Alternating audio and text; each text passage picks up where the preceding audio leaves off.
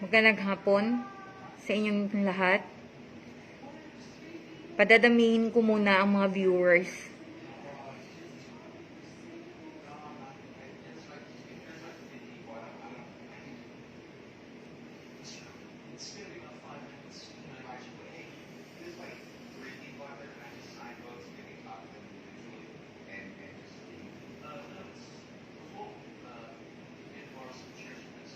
Okay.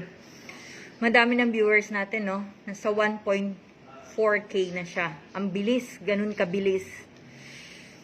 Ngayon, sa mga hindi naniniwala na nakidnap si Don, sasabihin ko po sa inyo ang lahat-lahat.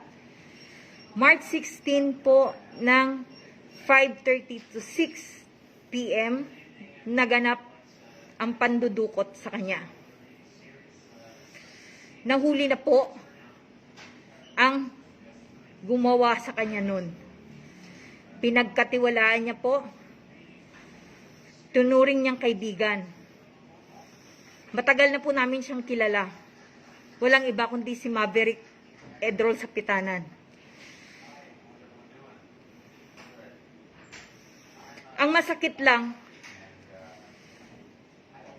sa pamilya ni Don na kayo lahat nagbabash sa kanya. Hindi niya man lang may pagtanggol ang sarili niya. Hinahanap niyo si Don. Binroadcast na sa GMA. Nakarating na sa NBI. Nakarating na sa CIDG. Nakarating na sa PNP.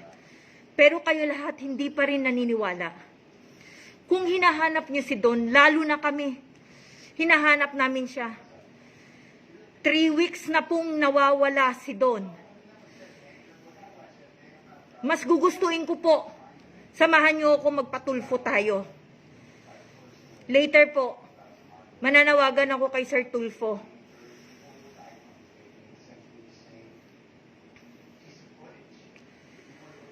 Naawa po ako sa inyo. Naintindihan ko po kayong lahat.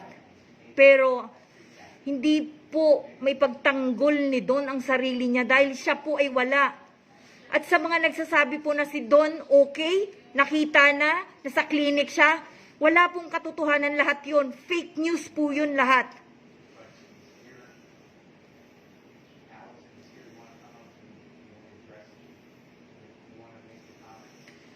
Makipag-coordinate po kayo sa Rojas City, sa general nyo po, sa headquarters nyo po. Ipa-confirm nyo po kung totoo ang nangyari. Isang mabigat na akusasyon. Siguro naging coincidence ang lahat, hindi natin alam. Si Don lang ang tanging makakasagot sa lahat ng mga katanungan nyo. Kasi ako po, wala po talagang alam.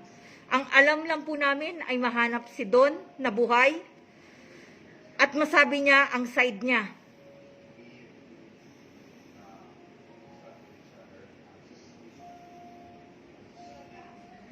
Hindi niyo po nararamdaman yung nararamdaman namin. Alam ko po, naintindihan ko kayo, galit kayo. Dahil akala nyo na scam kayo or what. Ito na lang isipin nyo ha. Ngayon ko nga lang to nalaman nung nadukot na si Don. Ito may nagsabi, bakit daw nakakapag-post si Don gamit ang account niya? How come daw? Okay, ganito sasabihin ko sa inyo ha. March 16 po, 2021, dinukot si Don ng mga armadong tao. Ang kilala lang po namin si Maverick. Nangyari po ito, bago po nangyari ang pangingidnap o robbery sa bahay ni Don. Si Maverick Sapitanan, supposedly, magkikita sila ni Don sa labas, sa Alabang.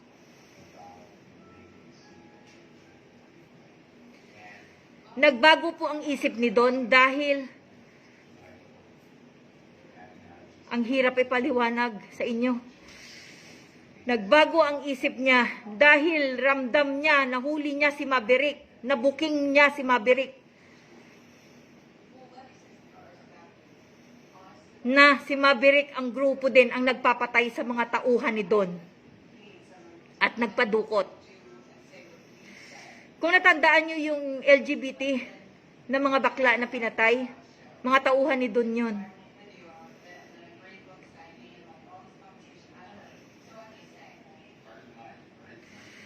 Napakasakit lang kasi ang daming nagbabash, hindi naniniwala. Bakit hindi nyo tanungin ang otoridad dyan sa Roxas? Para maliwanagan man lang kayo.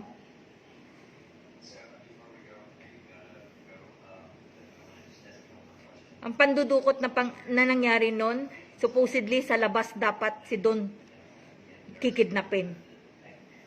Naramdaman ni Don yun, nagagawin sa kanya ni Maverick. Nagbago ang isip, nag-twist ang isip ni Don. Instead na magkita sila sa alabang, ang nangyari pinasundo si Maverick. Kaya kung nakikita niyo sa video, si Maverick sinundo. At doon siya nakaupo sa likod ng driver, hindi sa harap. Nagduda sa kanya ang driver bakit lumipat siya sa likod. Bago nangyari yon, may nakaabang na dalawang sasakyan sa bahay nila doon. Pumasok si Maverick sa bahay, may dalang barel. Natural po na papasukin si Maverick dahil kilala siya, labas-pasok siya. In short, inuutusan siya ni Don, tauhan siya. Pinagkatiwalaan siya sa pera. Dahil nga matalik na kaibigan, 'di ba? Matagal niyang kakilala. Pero dahil may pakiramdam na si Don that time, nagtaka ang mga tao sa bahay nila Don. Bakit naka-bulletproof na siya at may dalang baril? Ang guard walang kinalaman, walang alam. Akala niya natural lang. Tao ni Don eh.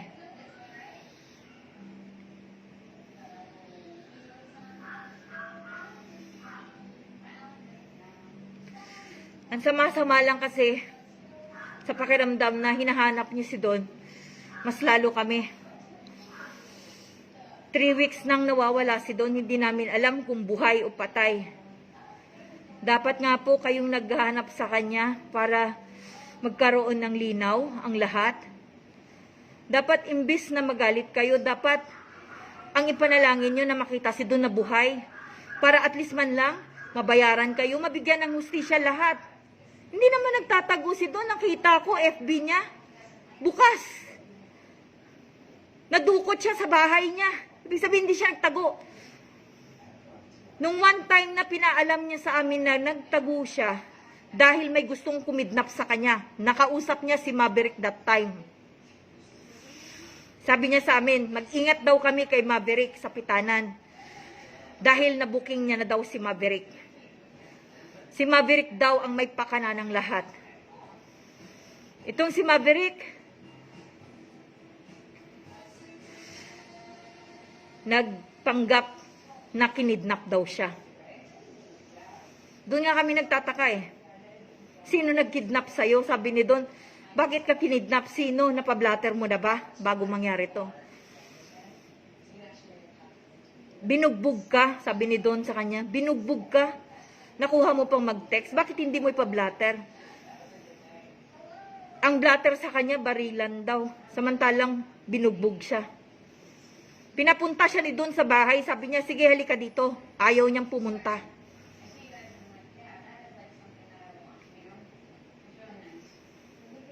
Ang hirap ipaliwanag sa inyo kasi hindi kayo naniniwala. Hindi din kayo naniniwala sa CIDG, sa PNP, sa NBI. Lahat nakarating na to. Kung gusto niyo ipatulfo, tutulungan ko pa kayo. Manawagan tayo kay Tulfo. Ang sa amin lang, ma-recover namin si Don. Buhay man o patay na. Masakit sa amin kasi hindi niya malang maipagtatanggol sarili niya. Ang alam ko, dati kayo nagmamahal sa kanya. Hinahanap niyo si Don sa account na to. Paano nyo hahanapin ang isang taong nawawala?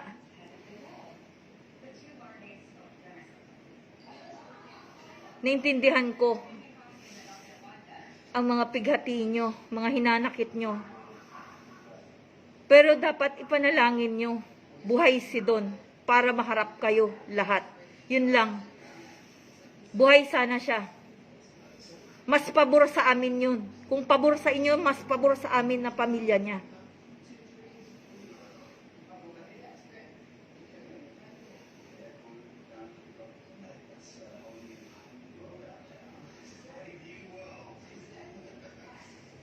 Nagpapasalamat ako kay ex-mayor Ike Patricio dahil nung time na nagsumbong kami sa CIDG, alam niya kaagad ang nangyari.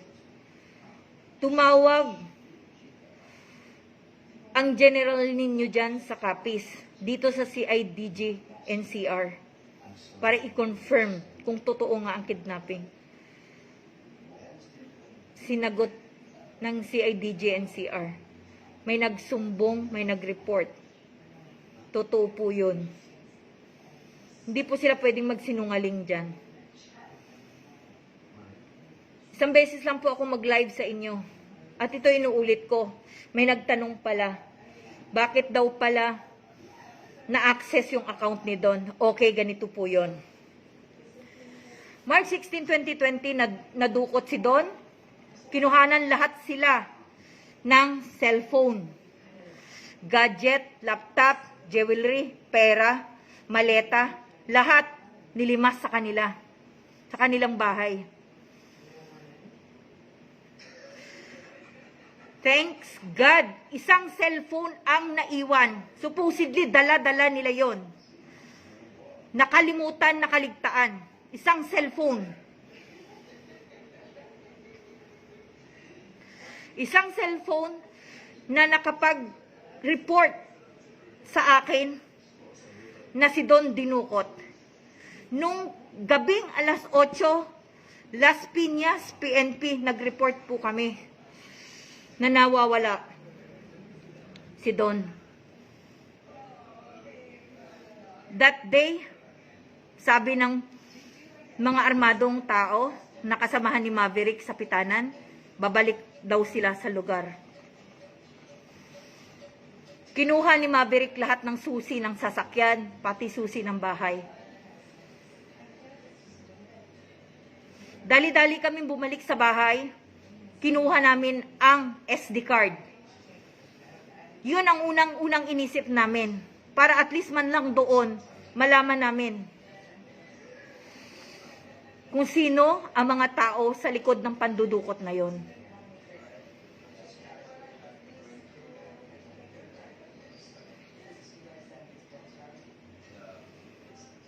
Doon, siguro nakita nyo naman, sunod-sunod yung post ko. Pero hindi si Don yun. Na-retrieve nung pamangkin niya ang kanyang account. Dahil yung account na yon, ang pamangkin niya ang gumawa.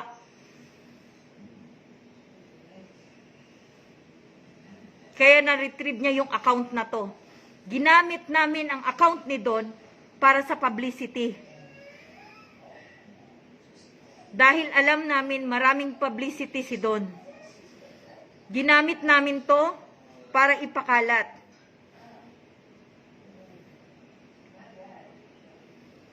Hindi ko po hinihingi sa inyo ang simpatya o maawa o maniwala.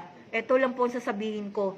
Lahat ng sinasabi ko may katotohanan. Saan man tayo makarating, pwede nyo akong kasuhan kung hindi ako nagsasalita ng tama o nagsisinungaling ako.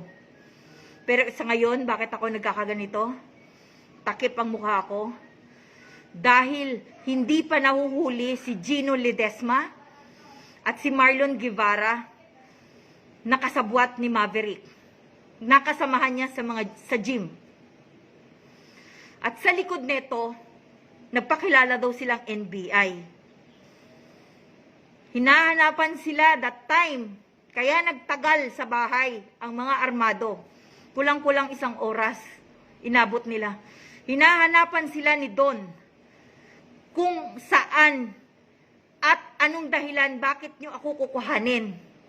Kung warrant of arrest, sabi ni Don, Wala daw siyang kaso. Sabi niya, ipakita nyo ang papel. Pinaluhod lahat ng tao doon sa bahay para hindi makita ang mukha. Pero thankful kami dahil may CCTV. Yun ang hindi sila aware doon. Kahit hinugot man nila yon, umaandar pa rin yun. Doon sila nagkamali. Ito si Maverick, unprofessional robbery, pumasok na sa kidnapping, nabulag sa pera. Ang bali-balita sa kanya, palit ulo daw. Kasi itong si Maverick involved sa drugs. Tapos, may narinig kaming balita na gusto niya daw umalis. Actually, sinabi to ni Don. Gusto niyang umalis sa isang grupo. Pero kailangan daw tubusin siya ng ganun.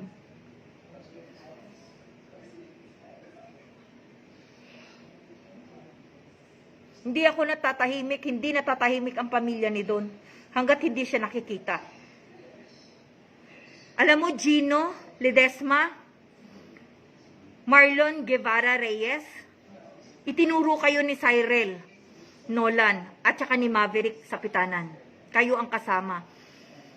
At hindi na rin kayo pwedeng mag-deny dahil kitang-kita sa CCTV ang ginawa nyo. Yun ang magpapatunay. Anyway, 48 hours lang ang hot pursuit kila Marlon at saka kila Gino. Ngayon, finailan sila ng regular filing. Dahil ang unang nahuli sila Maverick. Kaya nagkaroon ng inquest kaagad. Yung sinasabi nilang ginapang, may narinig din ako na ginapang na ng Chinese ang pamilya ni Don. Wala pong katotohanan yun. Ang dami pong fake news. Wala pong katotohanan na nakita na si Don, na na-recover na nasa clinic na. Wala po, ako magsasabi sa inyo, wala pong katotohanan lahat yan. Unang-una ang makakaalam, kami po na pamilya niya, kung na-recover na si Don. Kami po ang unang-unang makakaalam. At ako po mismo ang magpo-post kasama ang GMA pag na-recover na si Don. Buhay man po o patay. Masakit man isipin na patay. Pero 3 weeks, ano pang ini-expect namin? Masakit sa amin. Sa inyo pera. Pero bigyan nyo ng chance si Don na magpaliwanag sa inyo kung buhay. Pera ang nawala sa inyo, paano ang pamilya niya? Pera, buhay. Pasalamat kami kung buhay si Don. Makita lang namin buhay si Don. Masaya na kami.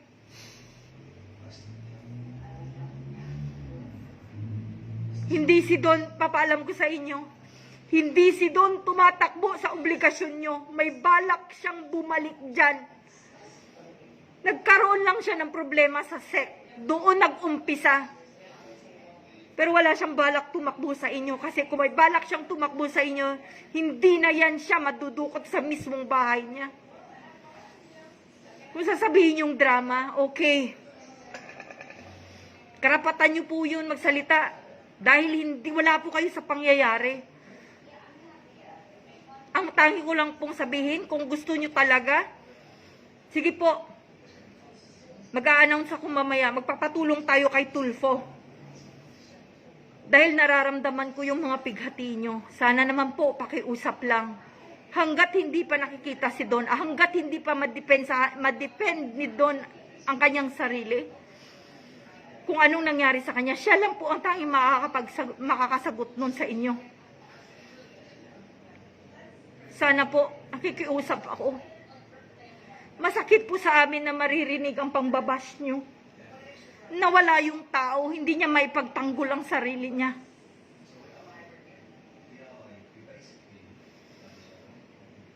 Kung ma-recover man po si Don buhay o patay, Gino Ledesma, Marlon Guevara, mas maigi sumuko na po kayo.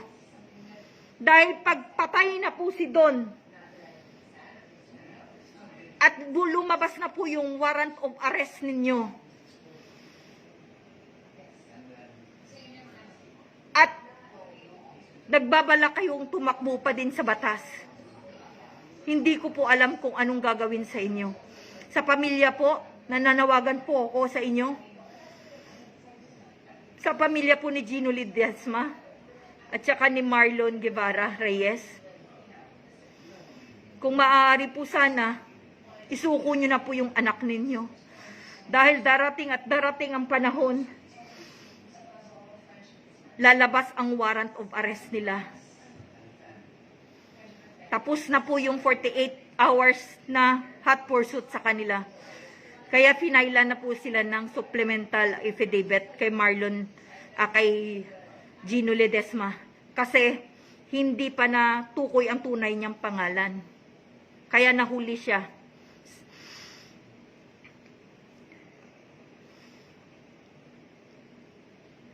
Anyway, last ko na po ito na live, kaklaruhin ko po sa inyo. Hindi pa po nakita si Don, wala sa klinik na sinasabi.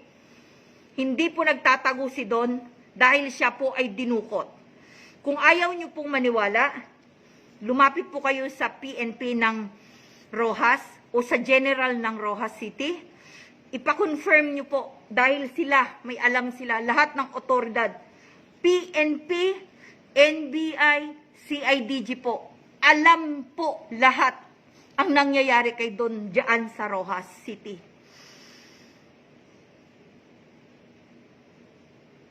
Yung kaso nyo po ng payout, iba po sa kaso namin. Kayo habol nyo, payout. Okay. Paano nyo mahabol ang payout kung wala si Don? Kaya kung maaari, tulungan nyo nga ako eh. Tulungan nyo yung pamilya niya na mahanap si Gino Ledesma na yan at saka si Marlon Guevara. Dahil sa likod niyan, may nakapagsabi na sa likod daw na eto, nagpapasalamat ako sana kay ex-mayor Ike Patricio dahil tumawag siya sa akin that day na nireport namin sa CIDG. Tumawag siya sa akin. Tumutulong siya. Laking tuwa namin dahil tumutulong siya. Laking pasalamat namin tumutulong siya. Ex-mayor, pwede po bang ipaliwanag mo sa akin yung sinabi mo? Gusto ko maliwanagan. Ang sabi niyo po sa akin, sa call, yung pamangkin niyo po, kaibigan ng attorney ni Gino Ledesma, gusto nang sumuko. Sabi niyo pa nga po sa akin, ang liit ng reward, 200,000. Gawin mong 1 milyon. Sabi ko, umuo na lang po ako. Para lang po that time maabutan kung buhay pa si Don. 24 hours tumawag pa kami sa number ni Don.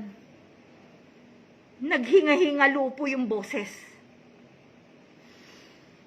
March 16, nung dinukot si Don, may tumawag po sa amin, number ni Don ang gamit. Humihingi po ng ransom. Nung sumagot lalaki, ibinaba po. Kaya nga sabi ko sa'yo, Gino, tsaka Marlon, pag si Don pinatay nyo, lalong lalala ang kaso nyo. Kaya ako nag-live ng ganito, para gusto ko makarating sa lahat. Sige, patulfo natin. Dahil alam ko, si Sir Tulfo makakatulong sa atin. Hinahanap nyo si Don, mas hinahanap po namin siya. Sana naman po, sa maliit na information na binigay ko sa inyo, yung iba dyan na hindi naniniwala, pera, pera, pera. Iba po yung kaso nyo kay Don. Haharapin niya po yun. Yung kaso po namin na pandudukot nila Gino, tsaka nila Marlon sa kay Don, iba naman po yung kaso na yun. Si Don walang kinakatakutan dahil wala pa siyang kaso. Actually, alam na ng NBI, CIDG, ang kaso ni Don dahil sa SEC. Alam na nila yun. Ginawa lang ng CIDG, PNP, tsaka NBI. Ginampanan lang nila kasi may nag-report na pandudukot. Kita nyo ang video, ay dami pa rin hindi naniniwala. Sinisiraan nyo pa rin si Don. Naawa ako sa tao, alam nyo kung bakit?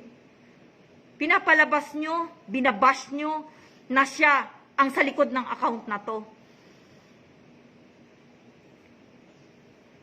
Kaya ako lumabas sa inyo para at least malaman nyo at maliwanagan kayo.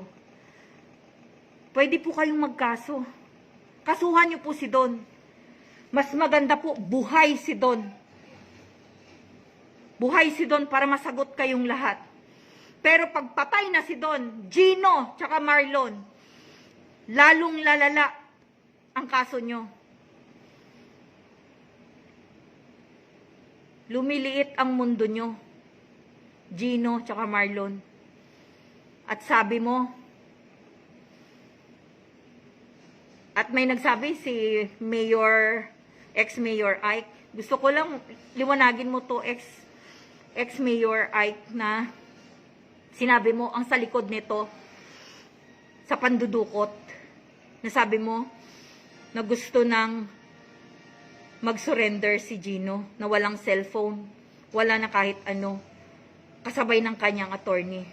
Pero sinabi mo sa akin, kakausapin muna ako ng attorney ni Gino. Hindi po ako pumayag. Bakit kailangan pa akong kausapin ng legal counsel ni Gino? Sa anong paraan? Hindi ko maintindihan. Hindi ko maintindihan. Paliwanag niyo po. Kasi tinanggihan ko. That time, bumitaw ka. Ex-Mayor Ike, akala ko tutulong ka. Pero nung hindi ko kinausap ang counsel ni Gino, tumawa ka sa akin. Ikaw ang nagsabi na nasa likod nito may information ka. Sabi mo, ang sa likod nito, mga Pasay pulis na natanggal sa serbisyo, ang kasabwat nila Gino.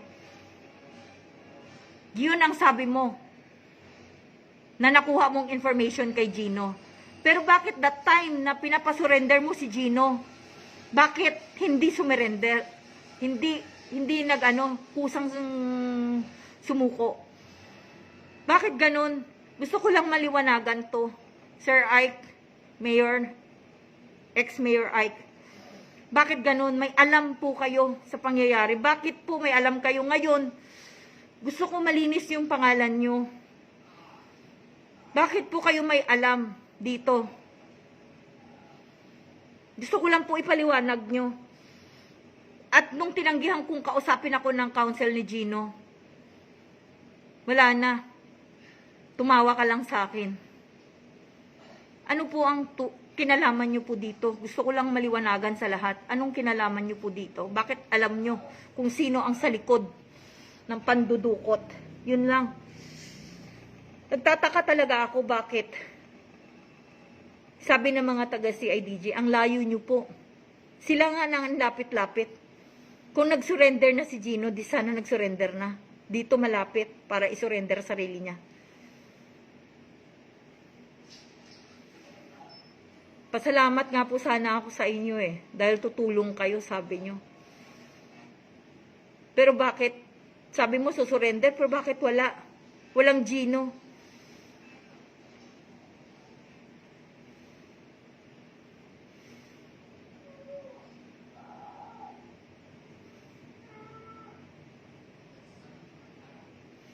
Kaya sa inyo po, kung gusto nyo po talaga, yung sa inyo kasi payout, wala po akong kinalaman doon. Ang akin po, kung bakit ako nag-live, dahil lagi nyong ini-insist na si Don sa likod nito ang pambabash nyo. Masakit po sa amin dahil kami mismo naghahanap. Kaya po ako nag-live. Para po, malaman nyo na ang mga fake news na naglalabasan sa inyo ay walang katotohanan. Kung meron man po, ako po mismo ang magsasabi sa inyo.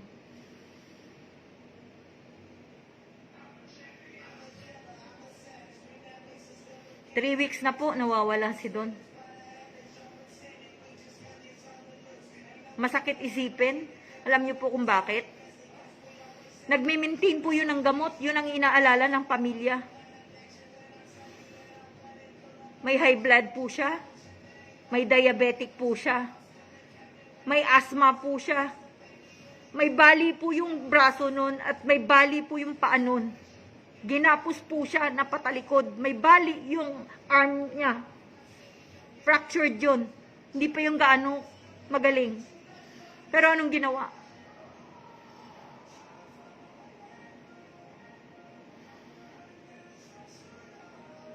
Dahil akala ni Maverick, akala niya dahil may problema si Don sa Rojas, akala niya hindi magsusumbong kung gagawin niya to kay Don. Akala siguro ng Maverick na to, hindi na yan, hindi na yung magsusumbong. Dahil may problema na yan sa Rojas. Actually, wala pang kaso si Don. At haharapin niya po kayo. May threat po sa kanya. Kaya siya naglaylo. Yung threat na yon, alam niyo kung bakit? Si Maverick ang nagsabi sa kanya. Sabi niya, may gustong magdumukot sa'yo. Sabi niya ganun, hindi ka daw dudukutin dyan sa bahay, sa labas. Doon na nagtaka si Don. Bago nawala si Don, nasabi pa sa amin yan. Na-record ni Don sa cellphone. Pautal-utal siya habang nagrarason kay Don. Pinaaamin siya ni Don kung may kinalaman siya sa pagpatay kay Erica, yung mga bakla na tauhan ni Don. Ramdam ni Don That day na dinukot siya, sa labas siya dudukutin. Tanong sa kanya ni Don, paano mo nalaman na dudukutin ako? Naikwento pa yan ni Don bago siya nadukot.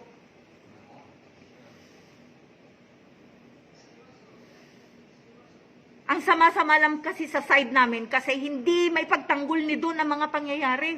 Wala siya.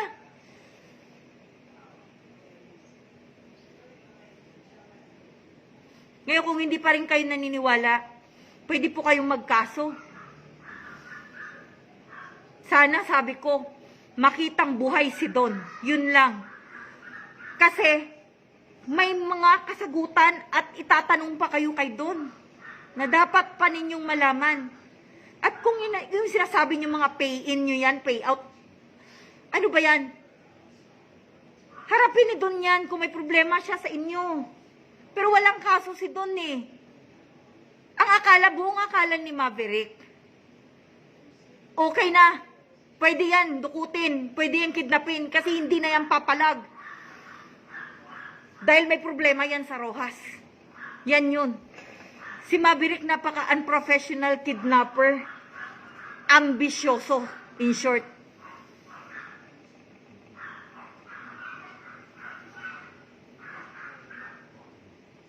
Kinuha niya yung susi ng sasakyan ni Don. Kahit mag-bonnet. Yung sa video, kung mapapansin nyo, may audio po yun. Isinigaw ni Don ang pangalan ni Maverick sa pitanan, nakabonnet. Nakabonnet, sabi nakabonnet. Ibig sabihin, kilala siya ng mga tao kahit mag-bonnet siya. Matagal na siyang kilala.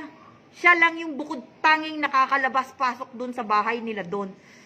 Kaya yung guard walang question doon pag pumasok siya. Tauhan siya ni Don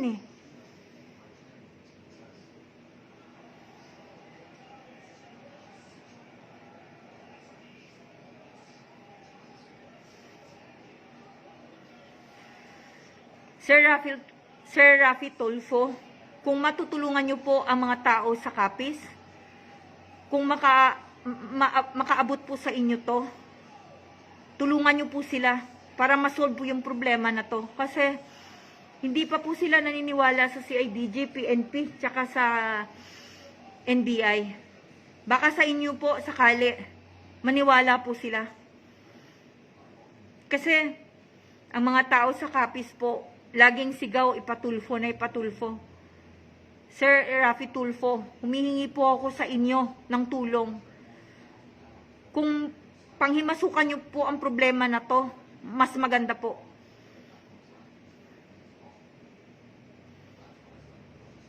Ayan na po, tinutulungan ko po kayo manawagan kay Sir Tulfo para iparating natin to. 7.9K ang viewers. So, ibig sabihin, pag tinawag mo si Sir Tulfo, hindi to biro. Maraming hindi naniniwala. Hindi ko kayo mabiblame.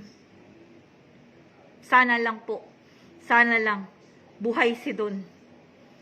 Hindi po namin alam kung kayo po sa katayuan namin nag-aalala, hindi po namin alam kung ano ng katayuan niya. Kung hindi man po siya mamamatay sa torture ng kidnappers niya, baka ang ikakamatay niya po yung maintenance niya. Pag wala po yun inhaler, malamang kukulangin siya sa hininga. Yung pula dito sa ulo niya, may hard object na binugbog siya or sinuntok siya kasi nanlaban pa siya. Kaya tumagal kulang-kulang 1 oras bago nila pinalabas si Don. Kasi ayaw sumama. I hope narinig nyo yun sa audio. Yung CCTV na yun, may audio yun. Maliit na salita, maririnig mo yun.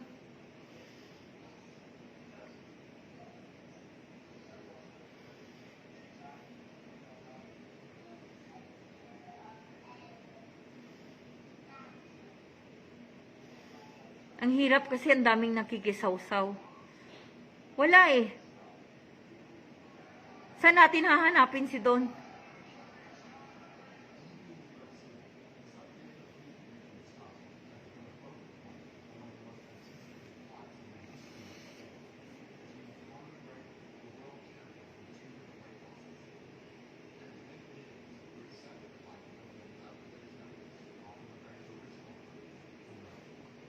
Ang sama-sama lang isipin.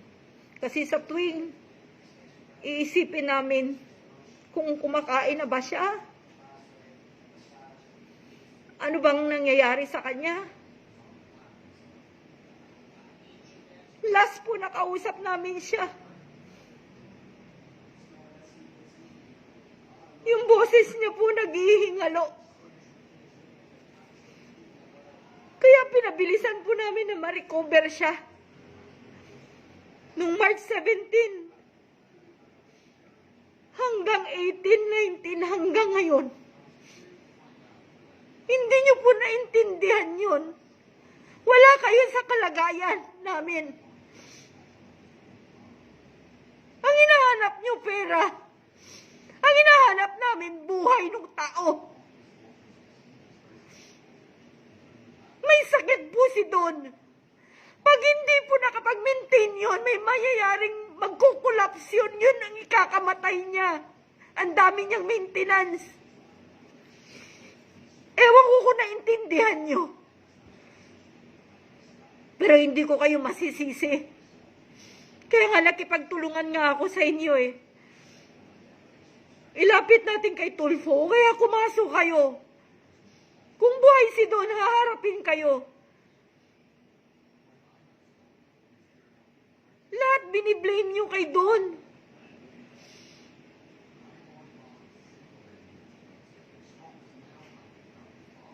Ang hirap ng trauma na nangyari sa mga pamangkin niya. Lahat nandun sila. Kinuhanan sila lahat ng cellphone, pinadapa sila. Nakita nila sinaktan si Don.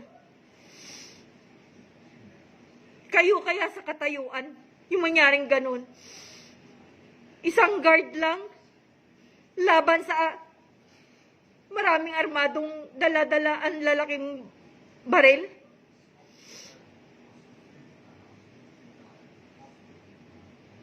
Anong kakayanan ng guard para ipagtanggol niya?